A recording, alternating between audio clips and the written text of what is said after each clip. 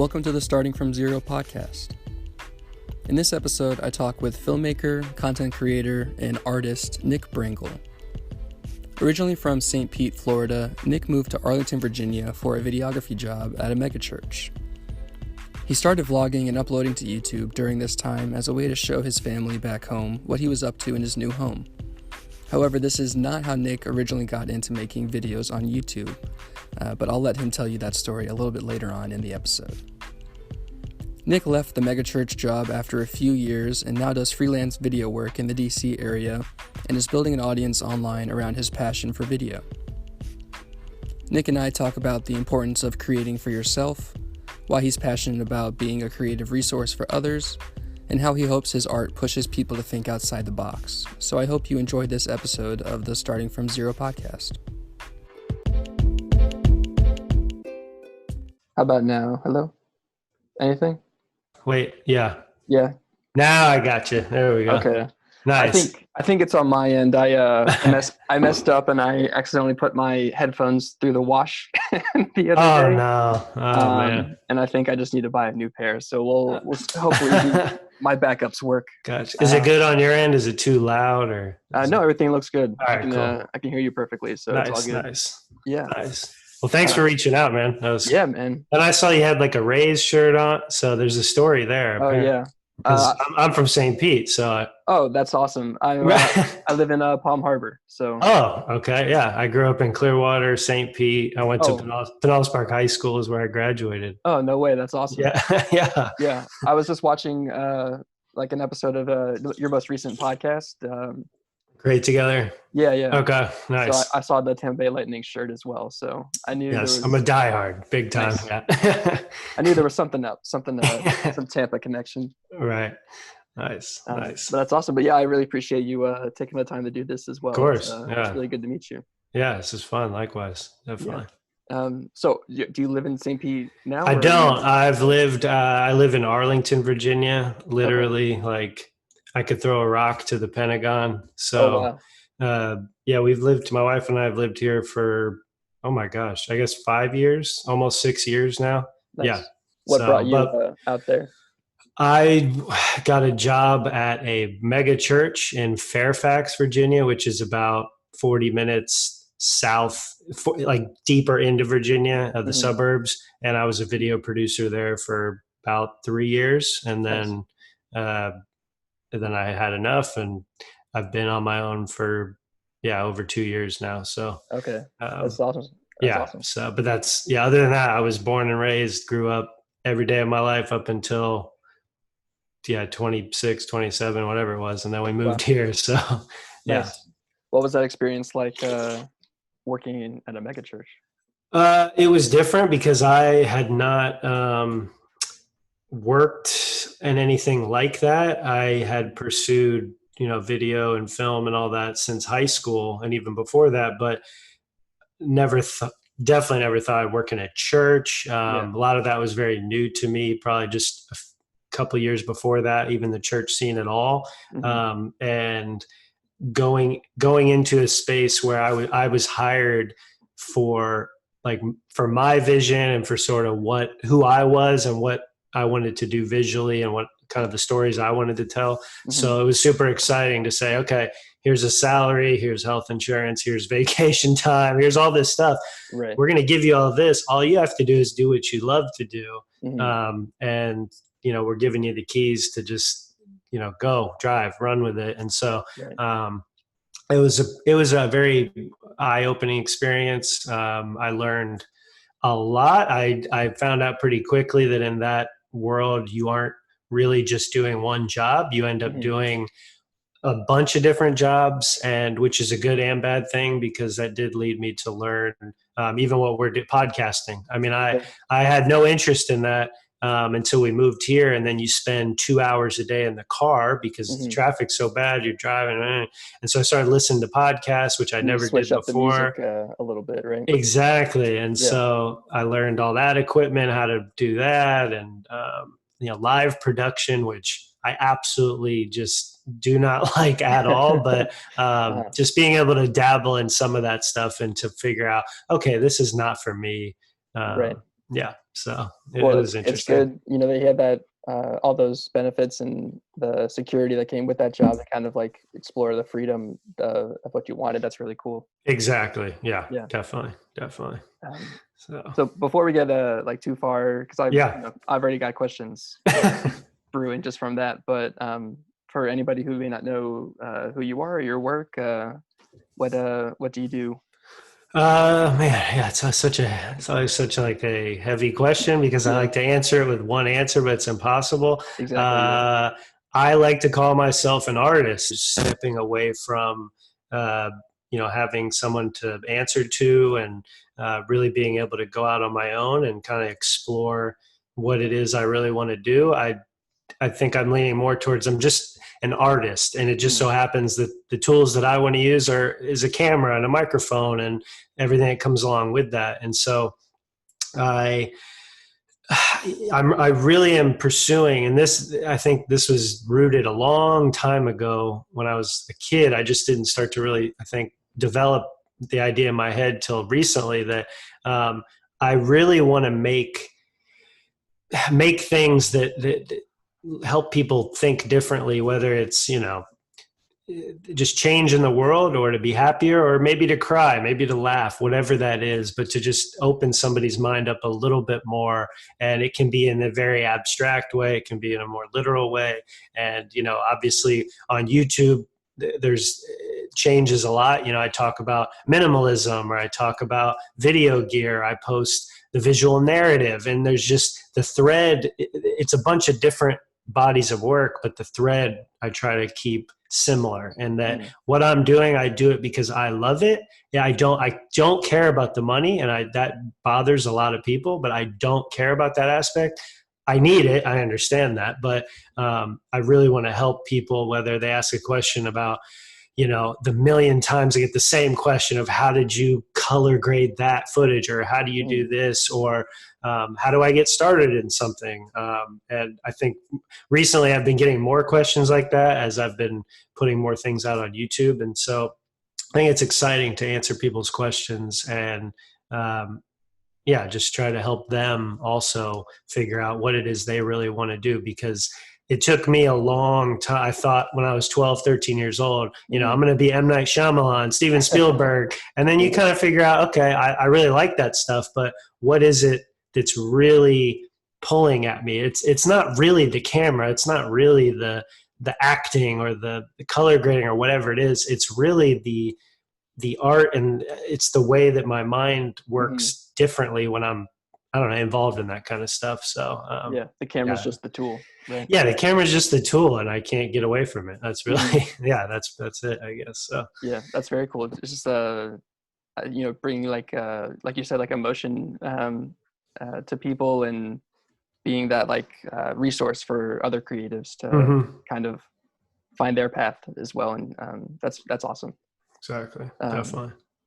So how did you get interested in YouTube? Why did you start uploading in the beginning?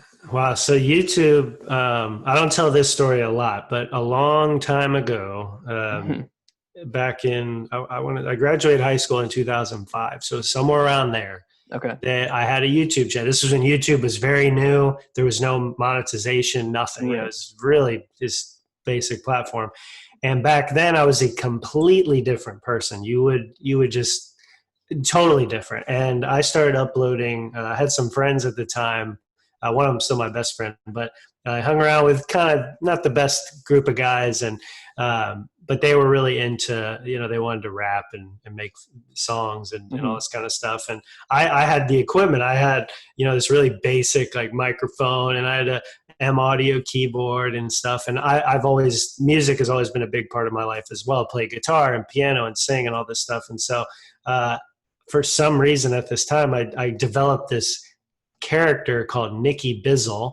Okay. With 3 Z's. I don't who even knows where this came from, but I made a parody video about how I was like this rapper, and it within, I want to say a month or two, it was like 250,000 views. Now, at this time, I had no concept of that. I don't think people I had no idea what that meant. I was like, people are liking it. A lot of hate comments, a lot of funny comments, the normal. Sure. And so I made a couple of videos to follow up with that. And, you know, it had a lot of popularity, and I would upload some other random little skits and stuff. But I wasn't super proud of it. You know, if I look back now, I'm like, okay, I'm glad it's gone. Now, the reason it actually is gone, number one, those mini DV tapes or whatever the hell those things were, they're gone. Also, when Google purchased YouTube back in, I think 2008 or 2009, something like that. Okay. I got an email that was like, hey, you need to accept Google's policy stuff and set up an email, or else you're going to lose your YouTube channel. I wasn't paying attention. I clicked the wrong thing. I had maybe a Yahoo email at the time. Right. And my YouTube channel was deleted within a click of a button. Wow. And I realized it right as I clicked, and I tried to email Google. They said there's nothing they could do. So that channel was gone forever, but it was kind of a blessing in disguise. It worked out for the best. Yes. And it wasn't until we moved up here and I took this job that there was probably a gap, definitely, where I didn't really know a lot of people. And I was definitely had somewhat of a void. I was able to be creative at work, but there was definitely a void. And so I love Casey Neistat, who doesn't. And I thought, you know, I'm not a real big like copycat kind of guy, but I couldn't help myself. I'm going to start vlogging. I'm just like once a week, just going to capture whatever, throw together an edit, throw it up online. It's just a way for me to get something out. Another and outlet. Also, and also like family, whoever, they can watch it. And so I did. Whenever I started that, it was somewhere midway through the year. And I said, I'm going to do it through the end of the year. I'm just going to commit to that once a week. So I did that, and it was okay. It was fun. Obviously, the return on, you know, people watch it wasn't huge because that's pretty normal. No one knows who you are. Right. So at the end of the year, I kind of decided, you know, maybe I'll do it every once in a while.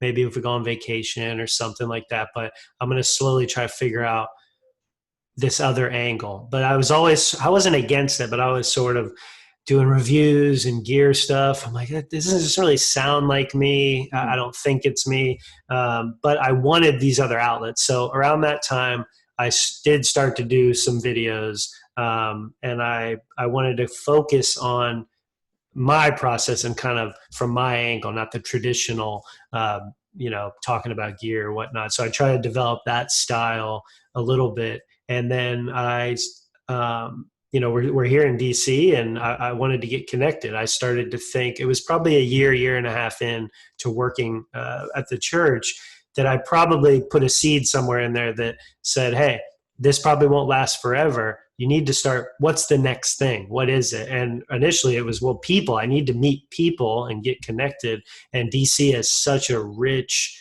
art community. I mean, I know, you know, politics overshadows it so much, but it's very deep here. And so I had the equipment to start a podcast. I had, you know, not your traditional stuff. Even right now, you know, mics that I use are not traditional podcast mics or anything, but I had what it took. So I randomly came up with the name Atmosphere. I love podcast. I love space, and, you know, I wanted to be an astronaut when I was a kid, and obviously I didn't have the book smarts there. So I figured, okay, I'm going to have this podcast. I'm literally just going to reach out to people, you know, kind of like you do, you know, just reach out, and I'm going to sit down with them wherever they want to be. It could be a coffee shop. I don't care. I'll figure that part out. And I'm just going to let them talk. And I want to know why they do what they do and whatnot. So I did a bunch of those. I did, I don't know, 25, 30 episodes. And then I transitioned that to the visual narrative, because my original idea was to do these short doc kind of films, and I didn't have the time at that moment with work and whatnot. So I did the podcast, and I will say from doing those episodes, and if you skip forward to now, the people that I met doing that, there's handful of those 25 are good friends now. I work with them. I do all kinds of stuff. I'm producing a movie with one. I wrote one for 2 years with the girl that I met just doing the podcast. And so it was a big commitment, definitely. And I've communicated that with people to say, just like YouTube, just like a podcast, just like anything, it's never going to happen overnight. It's impossible. You know, it's 1 in a million that you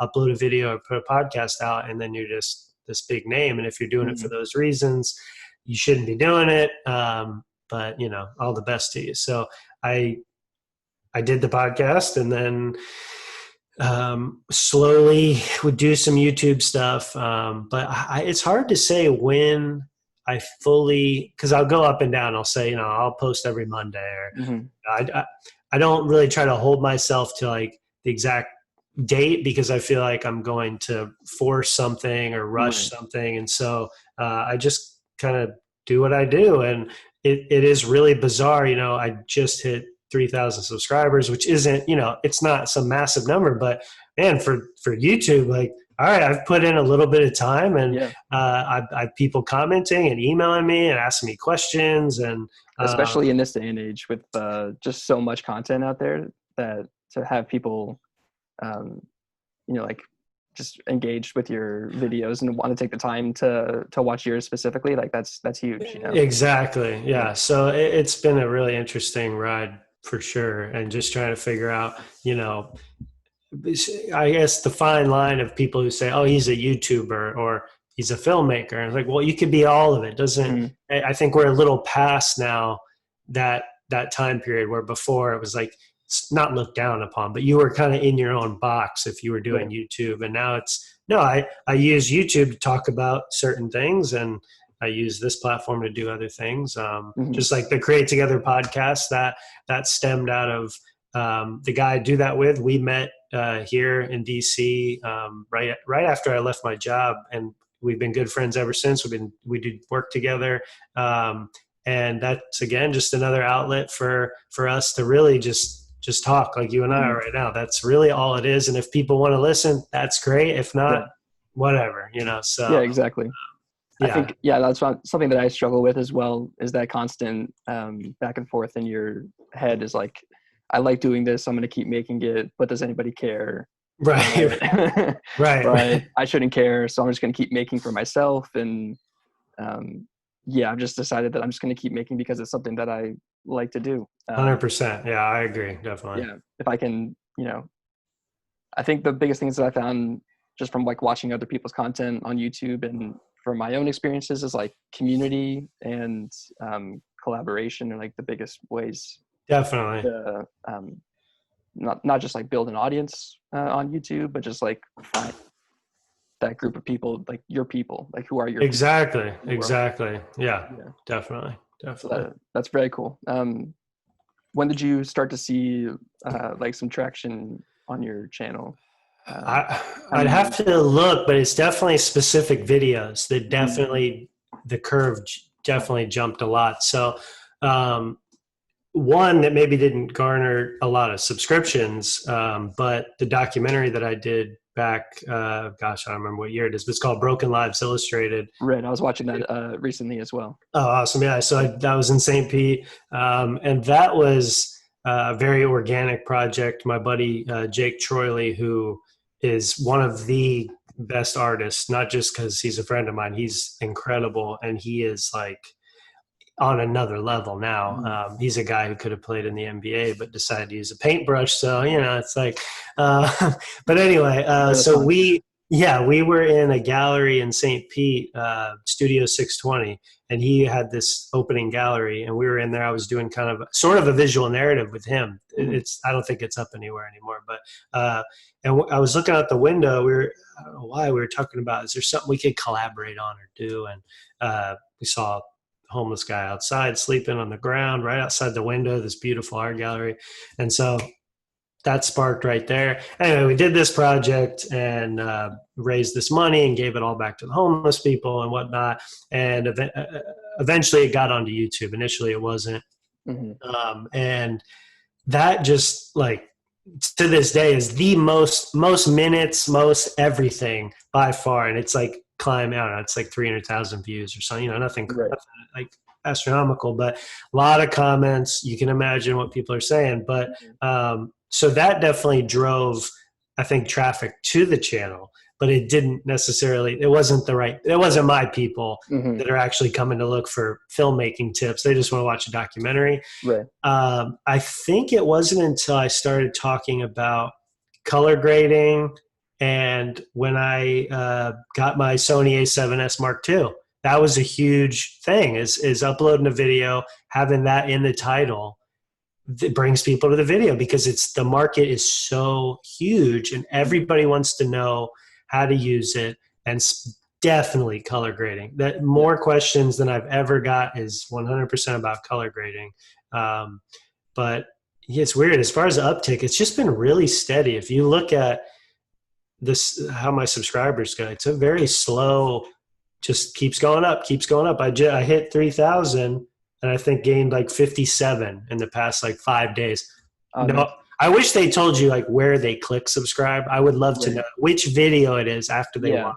Some more detailed analytics just to know like what people are interested in or what they're being fed in their feed. Exactly. Yeah. So, cause you can see like if they found it on Google or if it was, recommended to them, which is cool, or it came through a different social media platform. Different social media. Yeah. I try not to pay attention too much, but it is cool. Like, 3,000, I just hit 2,000 like barely a year ago. I'm like, okay, so I'm definitely doing a little better than before. Cause man, to get to that 1,000, oh my gosh, that's like the hardest job in the world. Yeah, exactly. Yeah.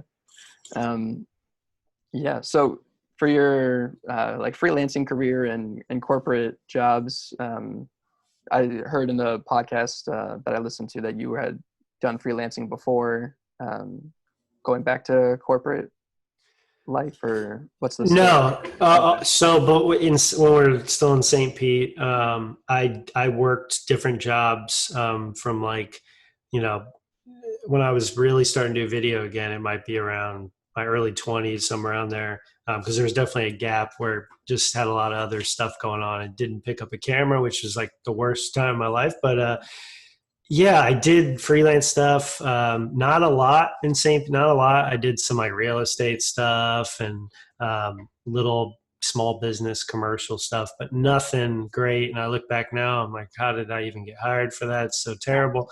And then I took the job up here, and I think I probably didn't think about like what's going to happen 5-10 years down the road, but it would definitely is always there. Like the core, even now doing freelance stuff, it's a good paycheck. You get a job. I assist on a lot of stuff, which is great because the responsibility is a lot less.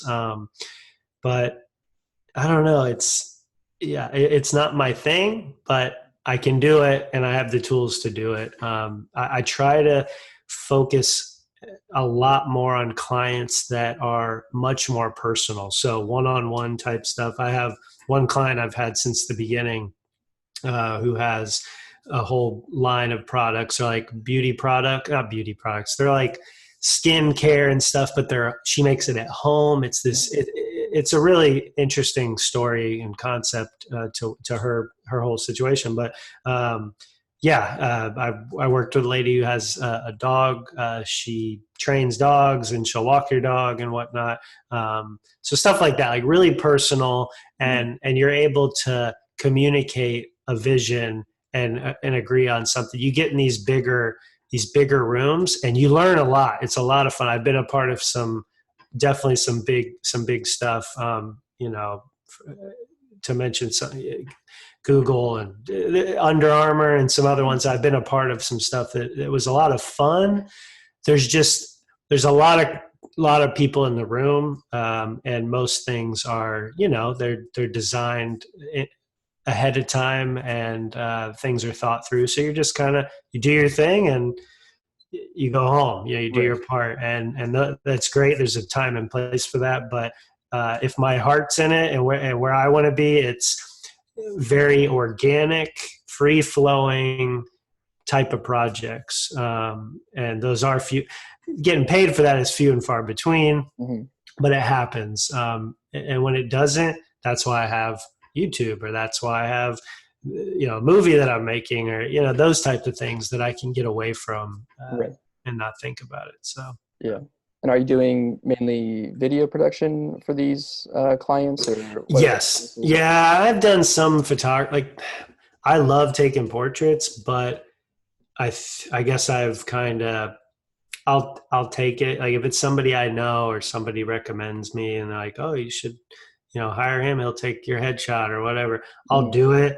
I would rather push you to somebody else who I know who that's all they do.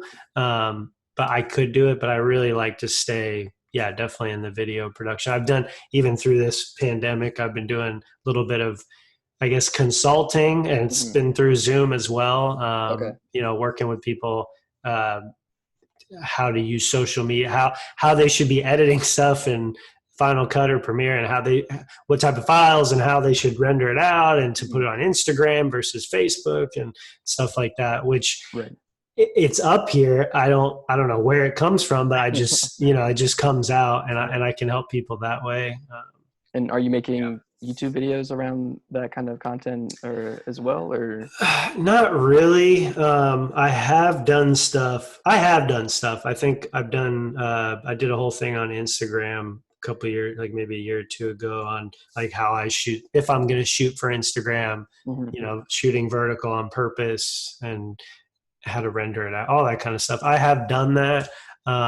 So we have all these. My wife had about 5 or 6, 7 high 8 tapes, and I haven't been able to get them into the computer because it's analog, and typically the equipment it's a little expensive. Mhm. But I watched randomly saw Potato Jet. I don't know if you heard of him on YouTube. No, I So haven't. great channel. Oh, yeah, great guy. He got this thing, I forgot what it's called, like Clear Click or something. It's like $150. This little individual thing. It's about the size of like a controller or something. It has a little screen on it. It's got plugins. You plug the camera, an analog camera or an Mhm. old DV camera, straight into this. Put either SD card or a flash drive. Hit play, hit record. It goes straight to this thing, and it's worked literally flawlessly. It's amazing. Wow. And so I was like, oh, maybe I'll do something about that. I can I can incorporate the fact that I've had 2 boxes of these tapes sitting around that I can't stand, because I don't like to have things that, as far as minimalism goes, I just want to get rid of it. Well, now I could do that. I could put them all in the computer, up in the cloud, wherever, and I can get rid of these degrading tapes that Yeah. mean nothing, and these cameras. Oh my gosh, I have a high 8 camera, a digital 8, and I still have an old Sony HDV 1080i camera. Nice. It is, oh no, I can't believe that people thought that was great back in the day. I mean, you can see the Bulky. lines. Oh Yeah. no, it's small, Oh, but the just the small one. Okay. quality, our eyes have changed so much just Oh in my God. 10 Yeah. years. Right. So yeah, stuff like that, like little things come my way. I'm like, maybe I could talk about this. Does it fit my channel? I don't know, but Mhm. I like to think that like who I am is really what is hopefully communicating to people. It's not about, anybody could talk about color grading. Anybody could be, there's a million of them out there. So Right. I'm hoping that it's my voice, it's my persona, and Mhm. that's why people want to watch it. It's, cause I mean, I don't know, if I was boring, or yeah, you can buy the Sony, no one would watch it. So, Sure. and that stems from a long history of, yeah, I was in plays, and I was doing stuff I've always been either the class clown or a Mhm. ham or center of attention. So it's, I guess, Brought you to this avenue. yeah, directing it to something that's actually productive and not getting Yeah. in trouble.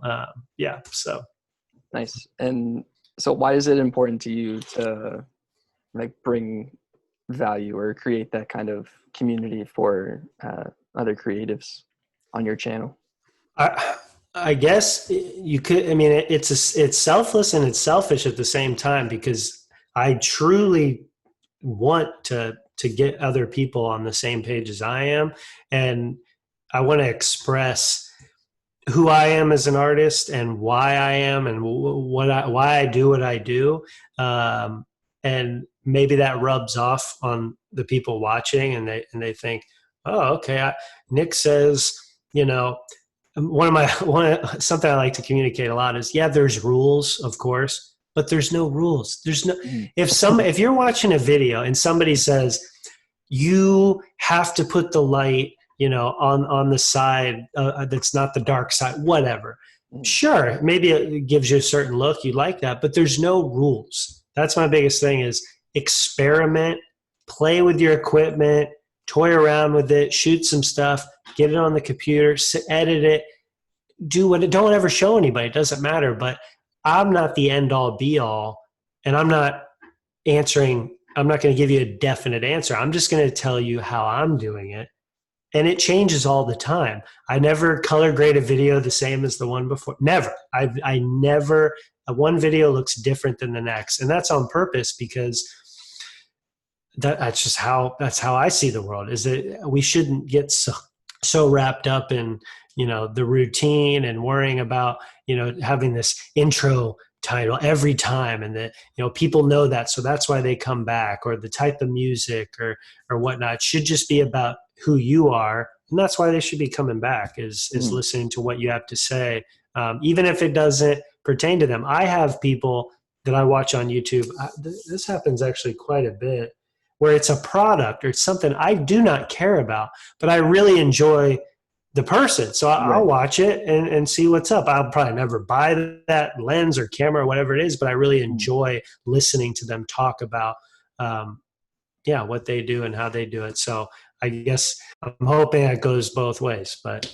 we'll see what happens. Yeah, I agree. And that's cool. Like I do the same as well, but you are invested in or interested in someone's content specifically. Like you'll just watch anything that they're talking about.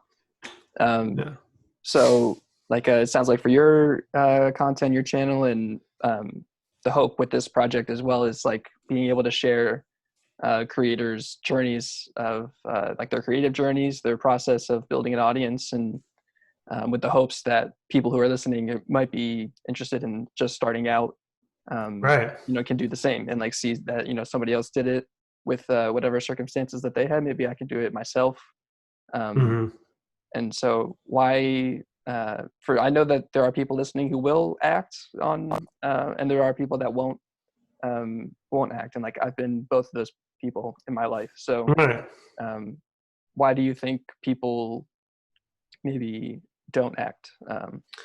Well, fear is a big one, I think, and fear of rejection, fear that it goes nowhere and they're wasting time. And that's okay. You should be a little bit afraid, but nothing, it's been said, a million times, nothing worth trying or nothing good is, I can't think of the saying, nothing worth doing.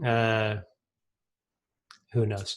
I can't think of, I have a brain fart there. I just think, it's fear-based. It's a huge aspect of it. And that you're starting with like, a couple of your friends subscribe and then you just sit there for weeks, 30 subscribe, 50 subscribe, whatever it is. Right. Well, you have to stay consistent. Definitely at the beginning. I'm like, okay, if I'm going to start a channel, who am I going to be? Why am I going to be doing this? Communicate that initially, like a welcome video, whatever it is, and then act on that, and also prove that you're actually going to be there time and time again, and that you're going to be the same guy. You're not going to change, and you're not going to maybe cling on to other people's work. I think I've seen a lot of that too. And again, it's not a bad thing. It's flattering. But you do see a lot of that. You see a big YouTuber, or it doesn't have to be YouTube. It could be something in a movie or something that goes viral or becomes a fad, and that just spreads like wildfire. And it's not a bad thing, but it's short-lived. So, I guess just look through history of, a lot of the, big filmmakers or artists or whoever, they stood the test of time, and we know them, whether it's actors or whoever. And so just stick to your craft, stick to what you love. Don't love what somebody else loves. Love what you love. And if you feel good about it, then keep doing it, I guess. And just not wavering from any bad comments. Don't get discouraged from people. You just have to keep moving on and having your own values. Like we were talking about at the beginning, as far as, like me also being a business guy. I'm not. I have to be, but that's not who I am. And that's just how it is. I'm not going to force it on I'm not going to try to be somebody I'm not. So I turn down jobs. Things that just aren't in my wheelhouse, or I don't agree with, maybe, the way people want to do certain things. So yeah, I guess, I don't know if that answers the question. I completely, definitely, I Yeah. completely agree. And the more people I talk to about that kind of topic, the more like a similar answer that I get from people, and the more consistent it is, and just helps give me perspective just to keep going. Right. Yeah, definitely. Yeah. For like your, I guess, in the corporate environment and into going into freelancing, like how did that corporate environment kind of set you up for what you're doing today? So I was definitely lucky enough to have a steady job while I started Atmosphere, and slowly met people and got connected with a couple of different creative agencies in DC, and really laid the foundation of, like, hey, I love doing sound design. I love doing X, Y, and Z. I just want to get my foot in the door because I really like what you guys are doing, and I want to be a part of it. And so I was able to, lay the foundation a little bit with that, and that sparked just constant, pretty steady work, which is just weird. And I think that's a big part of working for yourself, whether you're selling something or selling a service, is each day you have no idea what's going to happen. And it does. I think everybody's different, and personalities handle it differently. I've just been kind of on the side of, I just have faith that, things are going to come. And I don't do a lot of advertising. I don't do bidding sites, really. I don't do a lot of that stuff. Because it hasn't really been me. I've done it a few times, and I've gotten some Those like jobs out Fiverr of it. and that kind of stuff? Thumbtack, and there's some other ones. And you can get jobs from it, 100%. Like, it will happen, but typically those are the one and done. You hire me to take some photos. I never hear from you again. Whatever, you pay me, whatever, we're done. I prefer to have something long lasting, and working with like a creative agency, it creates that middleman, which is really nice, because you get hired onto a crew to do something, and whether it's whoever you're working, the company is for, who cares? Because they're the ones at the other end. You're working with this agency, and you're getting close with these people, and so it's kind of, you're building that relationship. But yeah, it's all very organic and word of mouth, I guess, for the most part. YouTube has brought definitely a couple of different things, which is really weird. I get an email. It's like, I found you on YouTube, and I see you're in DC. Right. Blah, blah, blah. I'm like, what the? I'm like, really? I'm like, okay, yeah. Because like Instagram, it happens, and I don't really use. I've slowly kind of separated Instagram from YouTube. I used to post, every time a new video, I'd post the actual post with a little clip. I don't do that as much anymore, because they're different people. Right. I mean, just you're scratching and clawing on there to tell people, hey, go over here. It takes a second, subscribe. This is where I'm putting stuff. But there's people on Instagram. They want to watch videos on Instagram. You got your audience on. Exactly. It's a different type of people. So I just let it be, what it is. Same with Twitter. It's like, I have a Twitter. I don't really tweet. I just go on there, look at news. I'm a huge fan of Twitter. I don't know. Yeah, I just. It's just a mind waster. I just go, okay, let's go on. The world sucks still. Okay, I'm just like, perfect. Yeah, I'm filled in. Right, exactly. So yeah. Nice. So why do you think you're so passionate about like creativity, or creating and video? The video aspect, I don't know. It feels like it's just in me. But as far as the creative aspect, I guess it just stems from wanting to. It's so cliche, just like living life and wanting to. We get one chance, we get one opportunity to be here. This is it. And why am I gonna waste my time doing something that I don't like to do. And that could even be in filmmaking. I could get a job I've had offers. I could get a job at a production company or somewhere. But I've said no because I know that I'm sure it'll be fun. It'll be exciting. You'll work with some people, but I'll be working, more locked down on stuff that isn't necessarily the stuff that I really want to do. And now, as I'm not old. I'll be 33 next month, and congrats. I think, yeah, I made it. But to look at a lot of the people that I look up to in the film world, Terrence Malick, Christopher Nolan.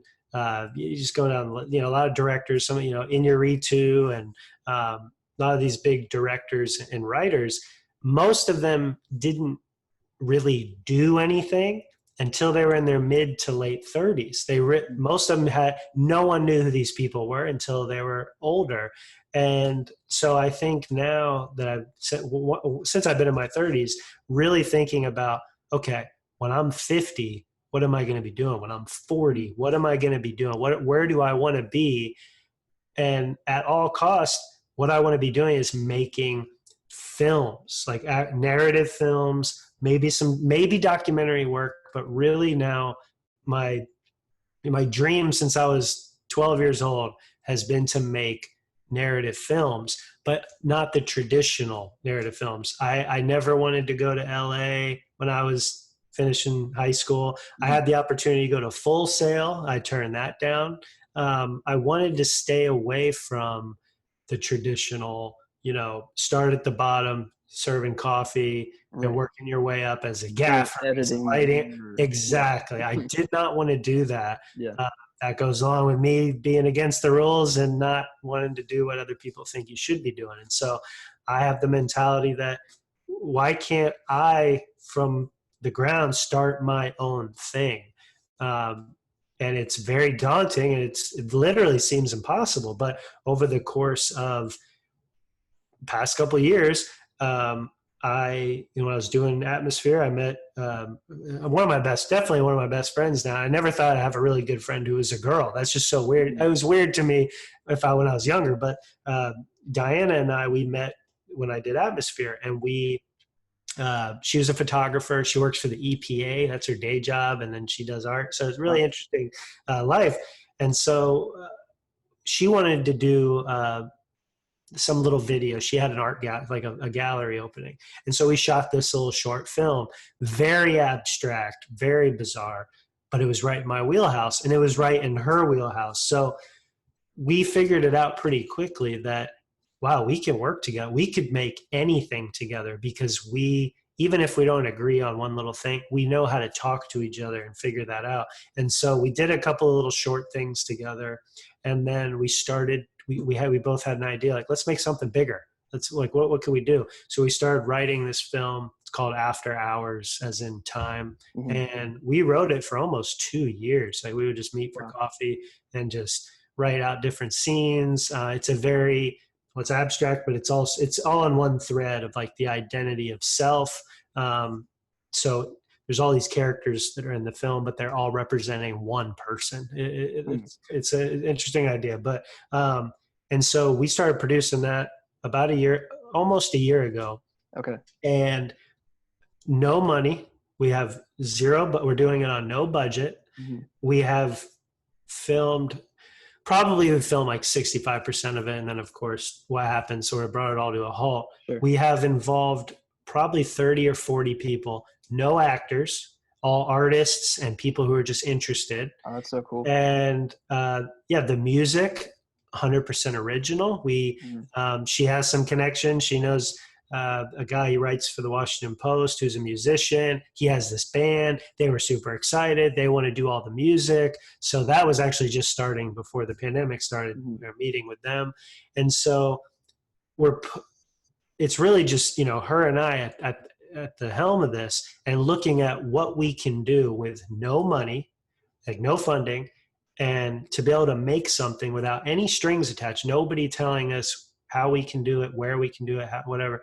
And so my biggest thing is the goal is this would be done by the end of this year. It's not going to happen, but the next project starts the real project for me. This is a real project, but I have some screenplays and some ideas that have been just sitting for years because, I mean, I'm one guy. I can only, do so much. So I'm hoping that is the next step for me is moving into that world, and being able to somehow keep food on the table as well. Like, make some really cool stuff, but make it a living. So it's just going to take a lot of thinking the right way and being vulnerable a lot of times. So, and figuring out the people that are around you. I think that's another huge thing is there's a lot of people who do want to come around you and be a part of what you're doing, but figuring out what their intentions are and are they the same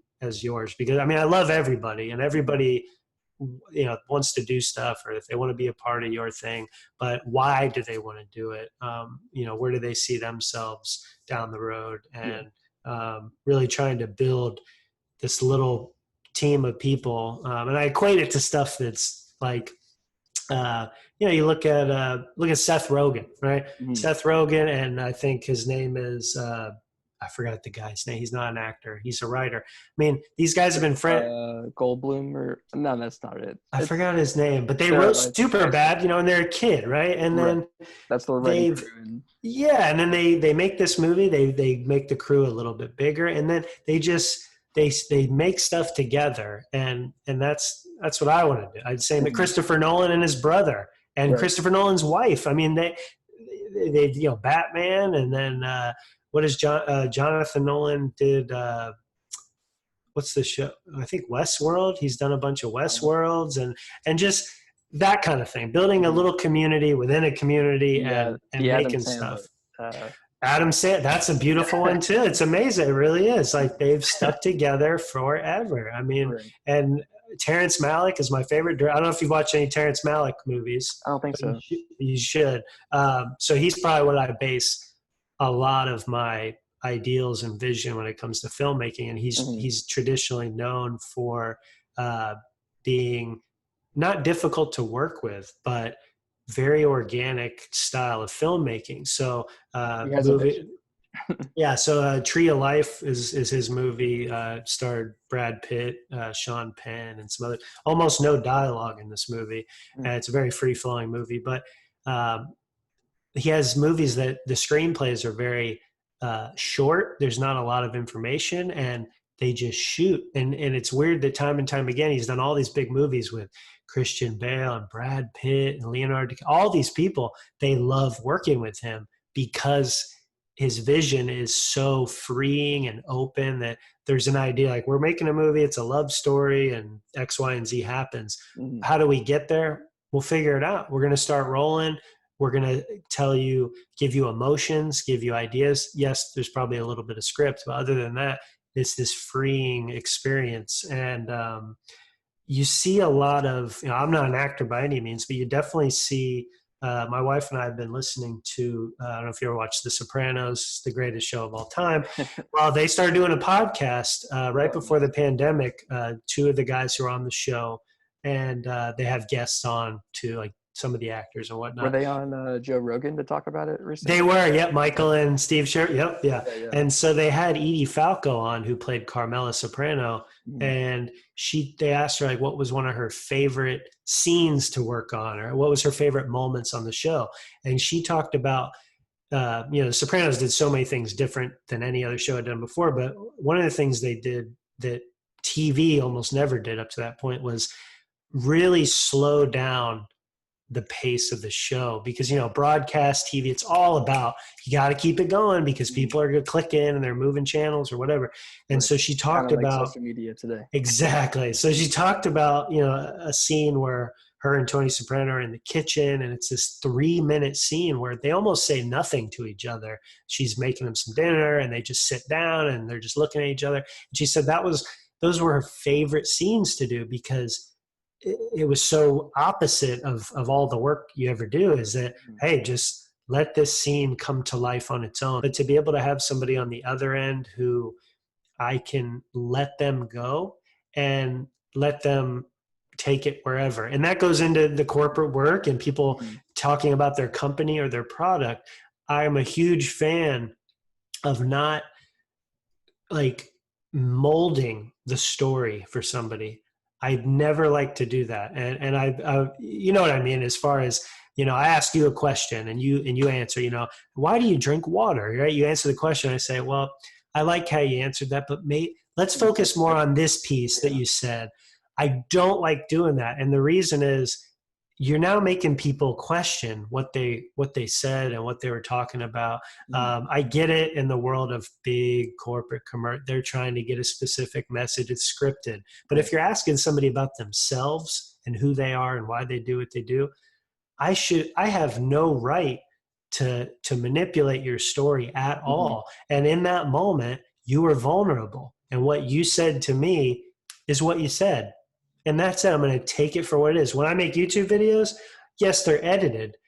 But when I hit record, I usually flub like probably 3 times when I say, what's up, everybody? Nick, always, never fails. I stop 2 or 3 times. But once I get going, I go.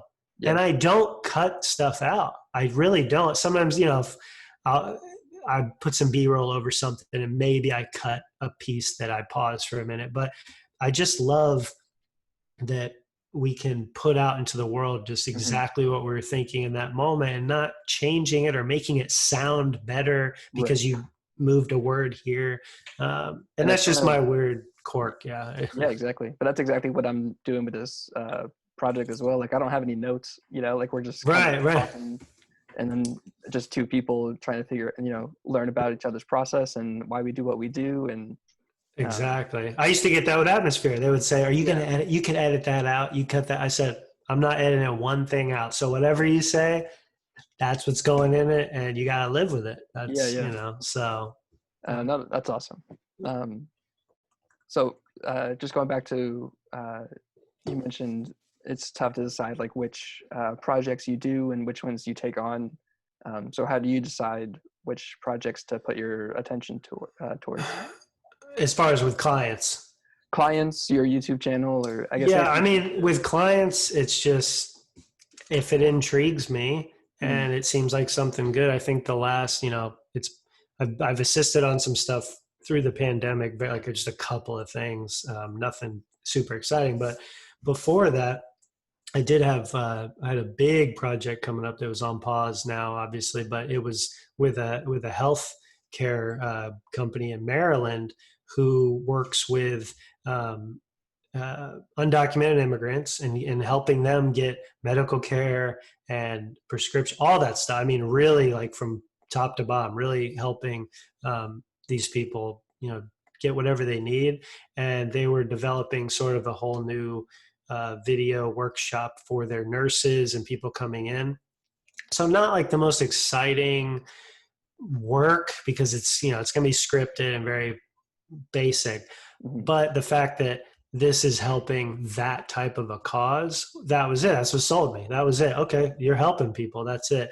And their heart is behind it. But you know, there's some stuff that comes by that's just brutal. You know, it's just boring stuff. Like, you know, we need you to just, this person's going to talk about whatever company, and it's like a web developing company or something. It's just brutal, and they don't want anything fancy. They have their set thing and their logos and everything is set in. This might not be the project for me.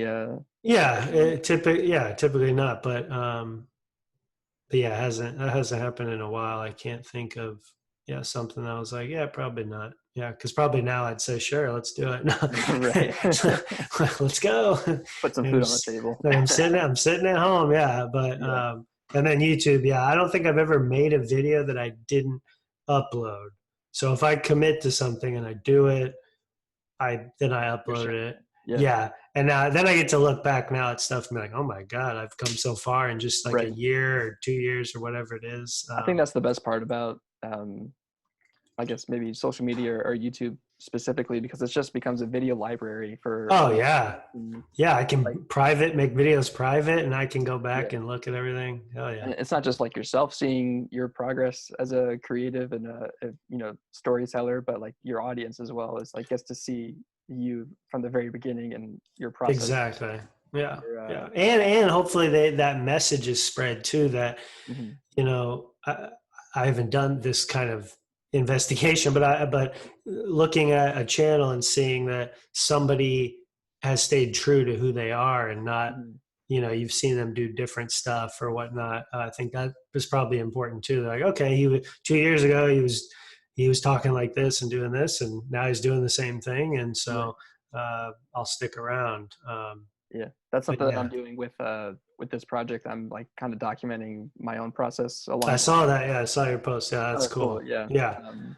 Just because I have no idea what this will turn into, so to kind of like keep myself like in check and remember like why I started it, and just to see my own growth along the way. Right. And you start to see too. I mean, I was amazed knowing nobody here and reaching and just finding people on Instagram or wherever, shooting them a DM or an email, and the responses were always really incredible to get, whoever. They're like, sure, I'd be down. And then, you find out like, they maybe don't get asked as often as you'd think to do interviews or whatever. And so it's a really, I think, rewarding experience on both ends. Yeah, I agree.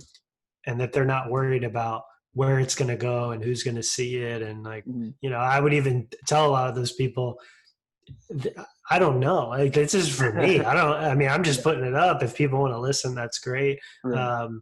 And the consistency of it, of course, is a huge piece. And that's something that I just, with the podcast, I did it. And I'm like, okay, I need to put my efforts back into the stuff that really, the visual narrative. And then the Create Together podcast kind of stemmed out of, I created this little group in DC. There's all these all these photo meetup type groups, but there's no video ones. And that's understandable because videos, it's a little more intimidating and more of a commitment. And so I had a handful of meetups, very small. I started a year or two ago. And so we're like, let's call it the Create Together podcast, because it was called Create Together DC. So for, I guess, anybody, a part of your audience or any type of creative person who's looking to pursue and then creative endeavor, what kind of advice would you give them when they are starting out? Well, I say think outside the box, as far as what tools you have around you, the people around you, get the right people, get the right tools around you. Don't worry so much about the gear. Don't worry so much about what people think. Actually, don't worry at all what people think, because if you do, you're going to question what you're doing. You're going to think, well, mom's not going to like this. Dad will love it. But, and just be relentless with your pursuit of what you want out of the gift that you've been given. I think my wife would probably say the same thing. Like our mindsets are very different. I see things completely different, very fluid and free. And you have to bring that to whatever it is that you're doing. If I take what I'm doing seriously, but I don't take it too seriously, because that would take some of the fun out of it. And even through being at home for however long it's been now, you definitely start to see a little bit of yourself. How do I want to say this? Creativity maybe isn't always there, and that's okay. I think I've gone through that probably in the last few months of, gosh, I'm always at home because it's pandemic. So you're just always here, and that does stifle creativity a little bit, but look at other ways to fulfill that need. This is getting a little off the question, definitely. But, I love being in the kitchen. I love cooking. So I've built up my book of recipes, like an astounding amount in the past few months, which has been a lot of fun. So there's just one way to get away from doing that. But when you're starting out, you have to be consistent. You have to get yourself on a schedule, and figure out what it is you really love doing. I mean, if you want to make a YouTube channel, well, you can't just make a YouTube channel. You need to get a few notebooks, start writing some stuff down, writing ideas, figure out what camera it is that you figure out the camera it is that you need right now, and maybe the one that you want down the road. Right. What kind of microphone you need. You got to think through every aspect of what you're doing, because if you start it correctly at the beginning, it's going to pay out way more than as you figure it out. And be honest with people. Be vulnerable and honest with people. Don't try to be something you're not. All right. I think I can hear you now. Can you hear me? Can you hear? Yeah, I can hear you. Okay. There we go. Yeah. Zoom is a pain in the ass. It really is. I don't understand why they do that, but I'm not sure. I think I got an update that said that it might not be recording with audio now. That wouldn't be good. A fun. Right. Well, you can let me know. I'm around, so you know. Okay. I think it's working now. Good. We'll give it a shot. We'll see what happens. Yeah, why not? If anything, this has been a good introductory. Exactly. Yeah. So, exactly. yeah. All right. So maybe I'll got one more question, and then all right. We'll see what happens. And if not, then I'll hit you up again. We'll set up another time to catch up. So, all right. Yeah. So for the future of your content and your what you're doing, going forward in life, what kind of things do you see for yourself in the future? What you want to do? Well, on YouTube, I think the same type of stuff. It's always evolving, definitely. Whether if the quality is getting better, or the a new series of some kind that I just come up with. I think that's always an outlet for me to just make stuff. As far as the other side of my work, like I said before, I just really am hoping that some of these projects and things that I've, these screenplays I've written, or some people that I've worked with who also have ideas, and we're on the same wavelength, that we're able to make some really cool projects come to life, and have people see it, and hopefully that snowballs into a life of creating stuff that I'm proud of, and that I want to look back on and be like, oh yeah, that's cool. Yeah, I made that. That was a lot of fun. And if just one person comments, or if you get that one phone call that's just, hey, this changed my life, or this made me think differently about whatever, then I think I've got a victory. That's all that matters, really, is just that people see it and they look at it for what they want to see, not for what I wanted it to be. Because you can't feel something. Yeah, you can't make everybody happy, but you can tell people, hey, you get out of this whatever you want from it. Just like life. I mean, whatever you want out of it, go get it. Don't sit around and do nothing. So yeah, I guess that kind of answers the question a little bit, but yeah. So yeah, so I got maybe one more that just. All right. So you were talking about the kind of advice that you would give people getting started, and I think something that also is important when you're just starting out is like figuring out your why, and like why are you creating, like what do you want to accomplish. So my last question, I'll let you go. So what is your why? Why? It's a big question.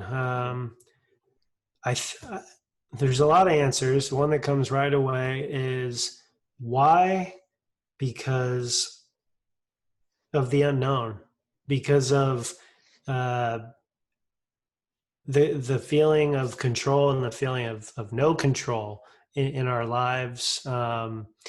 Deep-rooted ideal, or something that was clearly put in my head at a very, very early age, to want to express myself in different ways. And growing up, it was plays, or hamming it up in class, or sports, or whatever it was. But as I got older, the why became a little more clear. And it's like, well, I want to do this because I feel, you have to be, I guess you have to have a little bit of an ego, or you have to be a little bit, about yourself, and thinking, well, the way I see the world is, I think, is different than so many other people.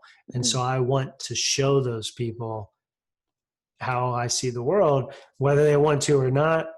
That's up for them. It's up to them to decide. But I do it because I truly love it, and I don't have the best explanation for it. Just like, why are we even here, right? I mean, it's this big question that, I absolutely love it, and I couldn't see myself doing anything else. There's no way. There's nothing out there that would fulfill me in the way that when I turn on the camera, or I listen to some music and I'm writing and these ideas and stuff that maybe never goes anywhere else. It fills up something inside of me. And so that's why I'll keep doing it. Why I keep doing it is it's a kind of a drug, in a sense, I think. And so, yeah, I think you have to love it more than anything else to actually pursue it. But a good kind of love, I think you can take it a bad way. A healthy relationship, definitely. Because, people get obsessed with making money, or being famous, or whatever, what kind of car they drive, whatever. And none of that stuff, obviously a lot of that is in the back of everybody's mind. But what the forefront is just to show people the stuff that I'm doing. That's it.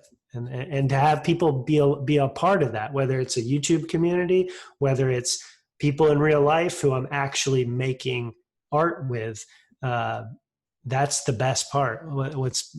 Any upload, any project, the best part is having real connection with people and having a real community of people that think like you do, and will challenge you as well. Will challenge you to be better and think differently, outside the box, definitely. And I think I've been pretty blessed to be able to be around a lot of different types of people, and just see different scenarios and things play out, that not everybody gets to be a part of. So I'm not going to take that for granted. I'm going to keep pushing and keep pursuing whatever it is the end goal is. And that's just a pursuit of happiness, I guess, Truly. It's pretty much it. So I love that. And I think one of my favorite parts about this project has been getting to meet more like-minded people, and just like, I don't have a lot of people in my daily life who are really interested in the same kind of stuff, especially around like at least my age, or my friends from college, or so I mean, this is like keep connecting with like-minded people, and keep growing my group of creative friends. So exactly. I'm super appreciative of you taking the time. Likewise, man. I'm looking forward to seeing the movie, and continuing whenever that happens. But just like seeing what you keep putting out in the world. Definitely. We should chat again soon. Definitely. That'd be fun. Regardless of how the audio went. Exactly. We should still. I'm going to go buy a new microphone, and we'll nice. maybe invest in something a little bit nicer than just my, aux headphones. Nice. So, cool. Yeah. All right. Sweet. All right. Well, thank you, Nick. And, looking forward to catching up soon. Yeah. Thank you, man. Sweet. All right. Take it easy. Have a good rest of your day. See you. See you, man. Thank you so much for listening to this episode of the Starting From Zero podcast. A huge thank you to Nick for taking the time to talk with me. It was really great to hear your story, and I'm excited to watch what you make in the future. If you want to check out Nick on social media, his YouTube channel is just his name, Nick Brengle, and on Instagram at Nick Brengle Films.